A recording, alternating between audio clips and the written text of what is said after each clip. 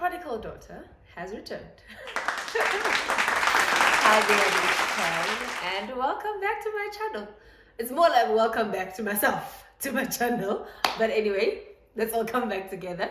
I am Claude Mashiro, for those who are new to this family, and this is the Unleashed Fam. We're all about personal and professional mastery, because in this house we believe you don't show up as half yourself when you go into spaces. You carry all that you are in your professional spaces, in your social circles, everywhere you go, and that means the inner you has to be the best one, and we need to work on what is inside so that you release whatever comes out of you is the best, right? And it translates into who you show up in the social spaces and who you show up professionally and anywhere we put you.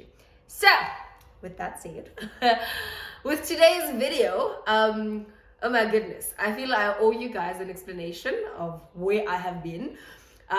First things first, if you do not know, I don't know where you have been living, probably under a rock, please go to the socials, Instagram, Facebook, and you will see that your homegirl over here is a top 12 finalist for Miss World South Africa, and the crowning is happening 28th October 2023 at the State Theatre, Pretoria. So please, be on the lookout for tickets, and Unleashed Fam, it'll be amazing to see you all there, filling that auditorium, and let it be known that the Unleashed Fam is supporting one of their own. Okay, so looking forward to seeing you, and I'll be doing my best to represent you as best as I can.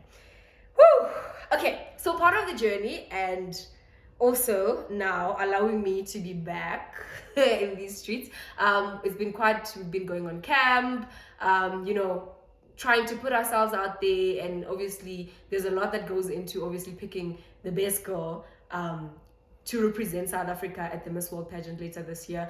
And I mean, it's 12 amazing and dynamic ladies, and it's very easy, amongst all that, tying it in with what we're going to be talking about today, to find yourself like not sure who you are, or doubting yourself, or maybe thinking you're not enough, or you're not doing enough, or maybe if you try be this, because I mean, this is a public platform. Everybody is now having opinions, which I mean, everybody has the right to an opinion, and everyone has the right to choose a favorite.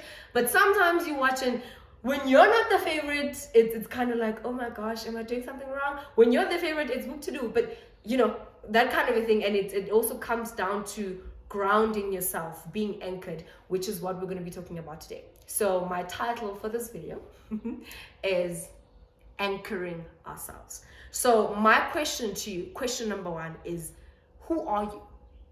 Do you know who you are? The most dreaded question in any interview, and I admit I also used to dread it, but now I'm starting to like it, because I'm taking it as an opportunity to tell people who I am, as opposed to letting them form opinions about me first.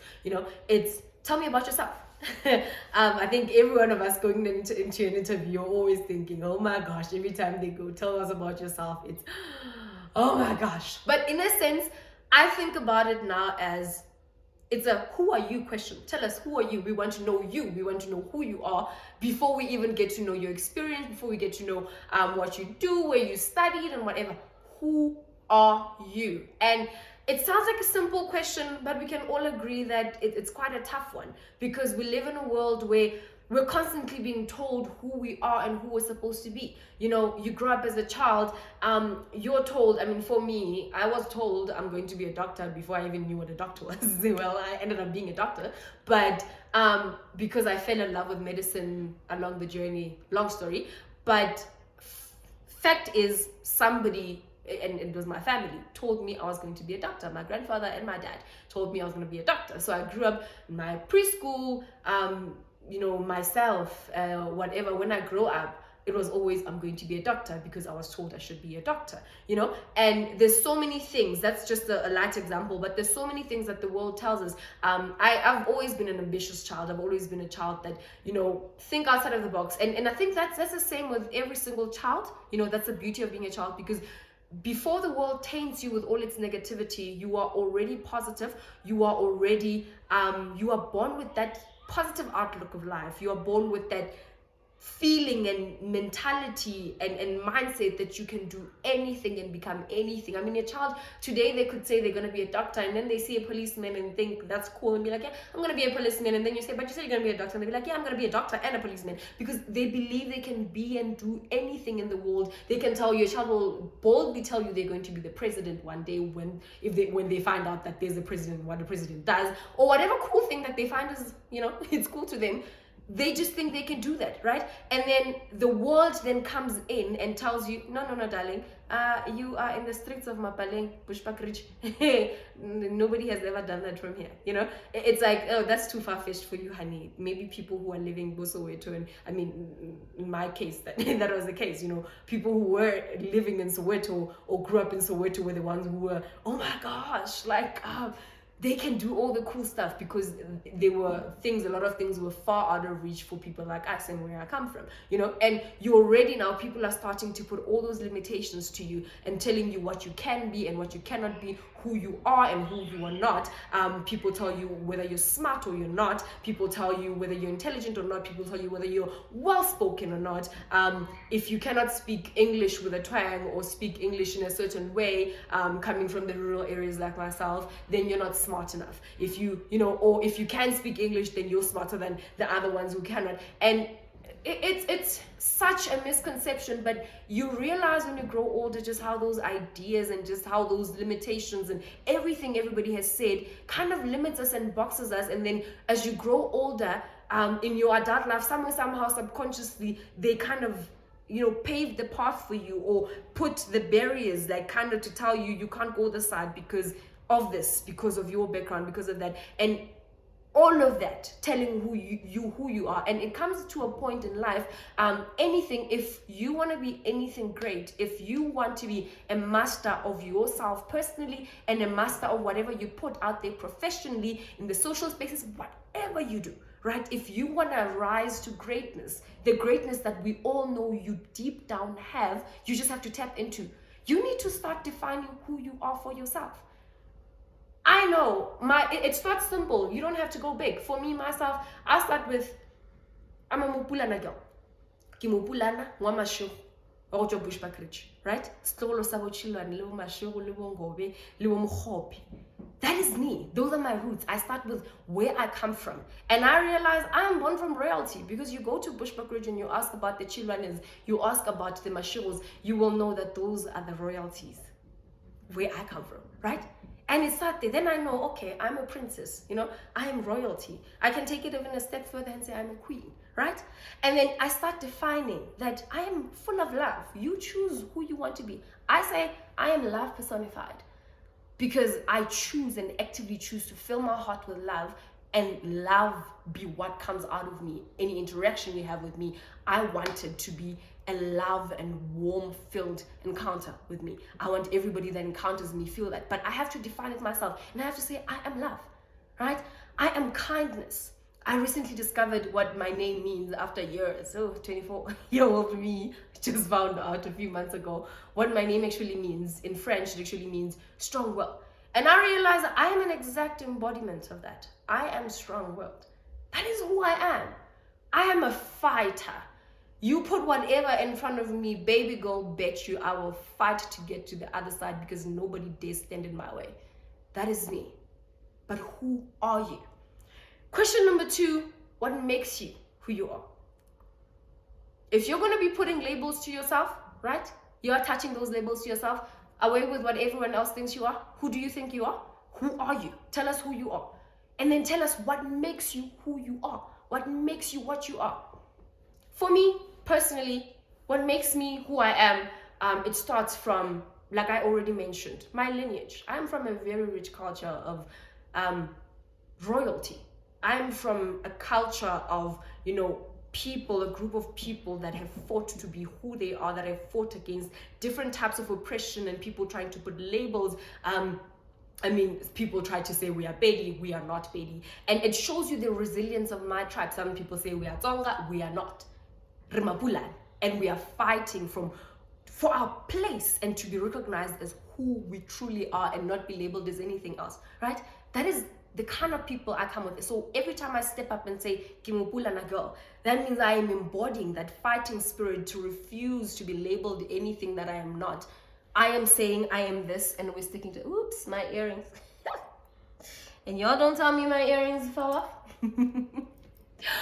I am choosing to embody that, right? That's the first thing. The second thing that makes me personally who I am, it's my Christ identity. You guys still haven't figured it out. I am a firm believer in Christ. And I don't think Christianity is a religion. Christianity is a lifestyle, because I live according to the principles of Christ. I choose to follow Christ, right? And all of that has built onto this person that you are seeing. If Jesus says, I am love, God says he is love, and anybody who does not have love cannot say they know God, then I need to embody love in order to be like God. I need to embody kindness, because it says love is kind, 1 Corinthians 13, right? Love is patient, holds no record of wrongdoings and all of that, right? I need to embody that. And that's why I'm intentional. I'm strong-willed. I know I am royalty. Apart from my lineage, bloodline, I know I am a royal priesthood. I'm a daughter of the King of Kings. And I carry myself as such, with that boldness, because I have been given authority to rule over the earth, right? That's what Genesis says. Let us make men in our own image, that they may rule over the earth, over the fish in the sea, over everything, the animals in the land. I need to walk with that authority, and I need to believe that. I need to embody my royal identity, knowing that the King of Kings took his time creating me, right? So my Christ identity, that's what makes me. It's God, it's my lineage. All of that come together, and they make me the powerhouse that I am. So what makes you you? What makes you who you are? What makes you the way you are? Those are questions you need to ask yourself, okay? So that is our question number 2. Question number 3 is, what grounds you? You know, and this is kind of a bit tricky, because, and I'm going to take it again personal, in the journey that I'm currently on, Miss World South Africa, there's a lot happening, there's a lot of spotlight, there's a lot of comparison. You know, people can't help it but to compare. You know, you're a doctor, but there's also another doctor. What makes you stand out? You know, it's things like that. And it's very easy to try and shift to doing what the other person is doing just so you think you can outshine them. But just so you know, you can never be better at being someone else than they can be. The only thing nobody can ever beat you at is being you. That's what grounds me. What grounds me is knowing that I am a powerhouse, I am powerful, I am strong, I am bold, I am confident, I exude power, my aura exudes power. It says, turn around, look at me, listen to me, I have something to say. That is me when I walk into a room, and I know it. But at the same time, my warmth, my love, my genuineness towards people also brings them in and says, it's okay, this is a safe space. You know, I'm not here to dominate you. No, I'm just in my power element, but it doesn't have to do anything to you. It doesn't mean there's anything less about you. It just means I understand who I am, and I'm standing in that. Okay? And I ground myself in knowing that I am a powerhouse, no matter what anybody says, no matter what comparison you can try to put out. I know who I am. I know what I'm meant to be. I know what I am called to do. I know what my purpose is. So whatever happens, regardless of the comparison, regardless of whatever, I know I am great. There are 11 other great women in this competition, 100%. Are they phenomenal? Definitely. Are they powerhouses? Definitely. Does that make me less of a powerhouse just because they're powerhouses too? No. I'm also a powerhouse in my own right, and I stand in that. They're also powerhouses in their own right. We all lights, and we're shining, stars shining, you know? And I remain grounded in knowing that nobody can be me. Nobody can be me. Nobody can do it like me. Nobody can bring to the table what I bring to the table. But first of all, I need to acknowledge what I bring to the table. And that starts with knowing who I am, and knowing what makes me who I am, and knowing what drives me, right? And bringing me to the last one. Being anchored comes down to knowing your why. That's number 4, right? What is your why? Why are you doing what you're doing? Why do you wake up every morning to go to school? Why do you wake up every morning early to go to class? Why do you sleep late to study? Why do you have to enroll for that extracurricular activity? Why do you have to do sport? Why are you doing it? Right? Why am I on YouTube? Why am I doing this? Why am I filming this video? Why? Why are you doing what you're doing? There has to be a why answer to everything. And once you attach to everything, and once you can answer that why, nothing is going to stop you. If you can tell us, this is why, and maybe you don't even need to tell anybody. You need to tell it to yourself. You need to know it yourself. This is why I'm waking up every morning to go to work. Because I'm working for my kids, for example. Because I have a family to feed, right? Because I'm the firstborn in my family and nobody else is able to take care of them. I'm the breadwinner, and it's my responsibility to make sure that I pave the way and I help the others up so that our family is set for life. That is your why, right? Or your why could be anything. It could be anything. Those are just examples. But you could be on YouTube because you wanted a space where you could just learn how to talk and confidently come out and just be yourself and build a community for yourself. That is also a why. You're watching this video. Why are you watching it? Why are you subscribing to my channel? Why are you here? Right? Those are important questions you need to ask yourself. What are you benefiting from this? Why are you here? What are you hoping to achieve with this? Why? Why? Right? And if you find a why, teach yourself to ask why in every single thing that you do. Because then you realize the power of each and every single action. You realize the power of each and every step that you take. Just by understanding why you do what you do. What is your why?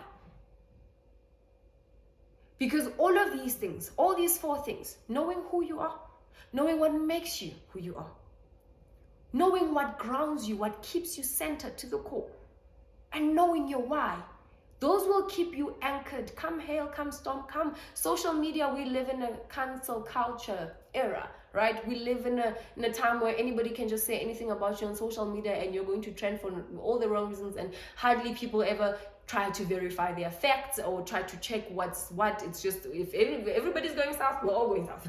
We're all following through. And that's generally what happens, right? So you need then to find yourself anchored so that whatever comes, whether it's on social media, whether it's at work, it's conflict with a co-worker, whether it's in class, conflict with a classmate or with a lecturer or a teacher or your boss or whatever the case may be, you want to remain grounded and know your why. Because sometimes there's conflicts and there's a fight with your boss, but you know why you are there and what you're trying to achieve, and you want your CV to look good at the end of this. Then you're not going to fight. You're not going to give up. You're not going to fight unnecessary battles. Then you learn to choose your battles because you know why you are here and you know what you stand to lose if you engage in something like this. And you'd rather humble yourself and keep it moving, or rather it's in a space where you know your why and you know what you're here and you know what you stand to lose if you do not fight back. Your why ultimately, and when you filter everything through your why, filtering it through who you are, filtering it through to what makes you who you are, all of this help you make decisions day by day, right? For example, in the hospital where I work, I'm in my 2nd year of internship, right? And in my first year is terrible. First year of internship is horrible, and make it worse, work it where a lot of people quit, right? 2nd week, people are already giving up and they're like, no, we're not doing this. Some of us, I mean, it was tough, but for me personally, it was, so sissy, are you going to quit, and then where are you going to go? And do what? Why did you sign up in the first place? You know, okay, I didn't choose to be in the hospital I'm working, but I am here now, right? And sometimes you're going to have to redefine your why in the moment. Redefine where you are. Sometimes you don't even know what your why is, but the other things, that's why the other 3 things then ground you. Knowing where you're going, knowing your direction, knowing what grounds you, knowing, I mean, for me personally, what kept me grounded through was I know that I trusted God with where I'm going to go for internship. I wanted a completely different place. I prayed for it, I fasted for it, I manifested it, whatever you want to do. It didn't happen. I went in a different direction, but I had so much peace when that came. When I knew where I was going. I just had peace, and I was like, okay, God, if this is where you want me to go, it's fine, I will go. And I went. I got there, it was tough. I had to go back and be like, Lord, what are we doing here? Because I'm clearly not seeing it. This is so tough, it's so hard, it's so difficult. Please show me, reveal to me why I'm here. Reveal to me what is happening. What am I supposed to learn out of this place, outside of my professional skills and all of that? What else am I supposed to gain? What am I supposed to give to this environment? And believe you me, God has been showing me day by day. I'm learning. Oh, okay. It's like, oh, I see why I'm here. Another day, oh, I see there's another reason why I'm here. The relationships I've built and all of that, right? So sometimes in certain spaces, you're not going to have it figured out, like, this is why I'm here, this is what I'm doing. But the ultimate why, there's that big why of your life, that is your purpose, that is what you're called to do. And then there's the small whys of your day-to-day, of going to work, of being where you are, making the moves that you're making, changing jobs if you want, things like that. And that I touched it. But all of that comes down to, when that is confusing and when that is a blur, then you need to rely on the other three things. And that's why you need to have it together. I mean, I got there, and let me tell you a bit of a background story. It was right after Miss Mpumalanga, right? I just, when I actually started, I was still Miss Mpumalanga. It was just a few days until I officially handed over the crown to the next girl. And I had this, because I know people in my field, and I think in the professional space everywhere actually, corporate, wherever, people have this misconception about us pageant girls, so beauty queens, because somehow people, no matter how professional and no matter how educated they are, they still think that beauty and brains are mutually exclusive. Like, you cannot be beautiful and smart at the same time. I don't know why people think that. I don't know. It's a thing that people have against women. It's like, a woman can either be pretty or be smart. You can never be both. So it's like, I felt, and I knew deep down that was going to be the case, but I also felt somehow, because I felt like it could have just been me, because I knew, and I had my mind, I already had it in my mind that was kind of going to be the case, that I felt like whatever I was doing is going to be filtered through my beauty pageant experience, and knowing, my background and where I come from in pageantry, right? So it was going to be like, I felt that I'm constantly trying to prove that I am worthy of being a doctor, that I actually earned my degree fair and square, and that I deserve to be where I am, right? That I am a qualified doctor. I constantly felt like I had to cement that to people, right? Because of that, I constantly felt like that was a battle I was fighting. Okay, so it's things like that where I then had to realize, no, darling, you can never convince people. You show up your best, you do your best, but you focus on what's important, right? So it's different things. It's different things that come. You walk into new environments and people have a certain misconception about you. Before they even hear you speak, before they even see you, before you even arrive, and already they have whatever preformed ideas they have about you. And now it makes it a bit difficult for you to navigate through, right? It comes down to your grounding. It comes down to knowing who you are, knowing what makes you who you are, and knowing for the fact that I damn well, yeah, sure, I'm a beauty queen, but I worked hard. I worked hard through my final year to earn that degree, while making sure that I leave my mark as Miss Mpumalanga. That I make sure I show up 100% for everything, right? People don't know that. And people don't see it, but you have to know it for you. And that's why you're grounding. That's why it's important to be anchored. That's why it's important to be grounded, because you're not always going to get applause from people. You're not always going to get like a, oh, hi, you did great. Or you're not always going to be like, oh my gosh, how is she doing that? No. Some people are going to look down upon you because you're doing multiple things, because it's like, how are you focusing? Or how are you giving 100%? Because people don't think you can give 100% left and give 100% right. It's like, if you're doing right and left, then it means you're basically dividing yourself and you're not giving 100% to either, which is completely wrong. We are more than capable of doing that. We are multifaceted. But it all comes down to us knowing who we are, grounding ourselves in that, and showing up 100%. Okay, so that is it, guys. that is it from me for today. So remember the 4 questions. Who are you? What makes you who you are? What grounds you? And what is your why? To keep you anchored in every single thing you do. It's not always going to make sense to everybody. It's not even going to make sense to you. But all that matters is you holding yourself down so that you're not blown away to and fro by the winds. Okay, see you in the next video. Bye.